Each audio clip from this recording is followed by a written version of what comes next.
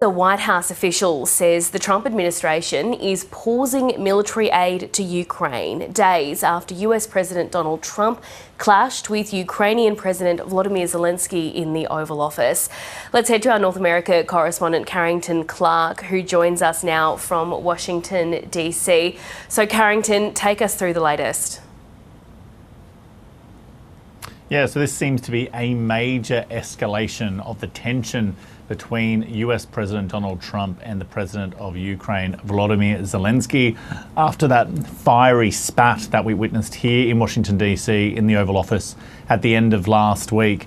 Donald Trump appears to have made quite an extraordinary move to cut off all military aid to Ukraine. Now, this is from multiple reputable news sources who all seem to be quoting a very similar message from the White House. This is directly from Reuters. Has said that this official has said that the president has been clear that he is focused on peace. We need our partners to be committed to that goal as well. We are pausing and reviewing our aid to ensure that it is contributing to a solution.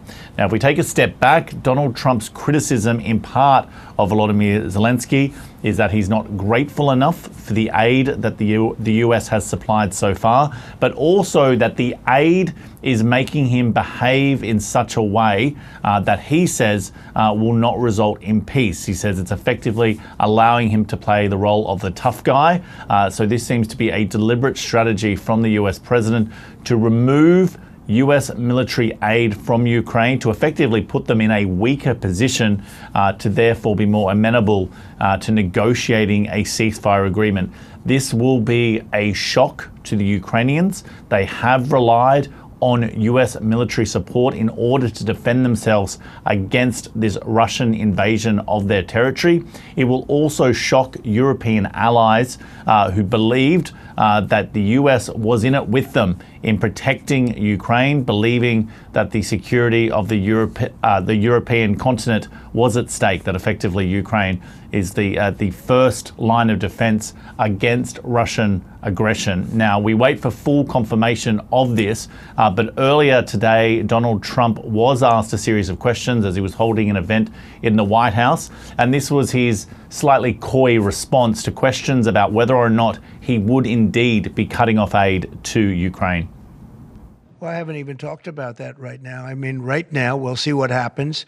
A lot of things are happening right now as we speak. I mean, literally as we speak. I could give you an answer and go back to my office, the beautiful Oval Office. I could go back into the Oval Office and find out that the answer is obsolete. It's like his business. It's obsolete. So it does appear that it has developed since he made those comments. This comes on the eve of Donald Trump addressing a joint sitting of the Congress here in the United States.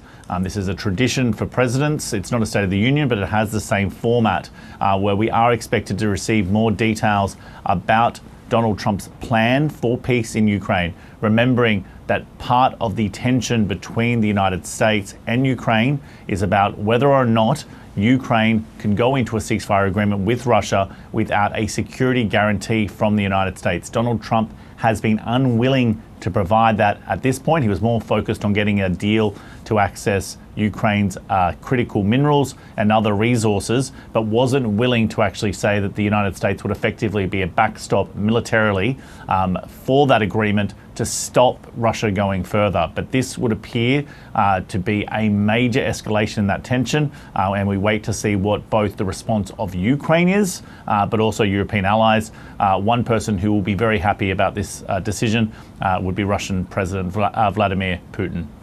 Carrington Clark there in Washington, D.C. for us. Thank you.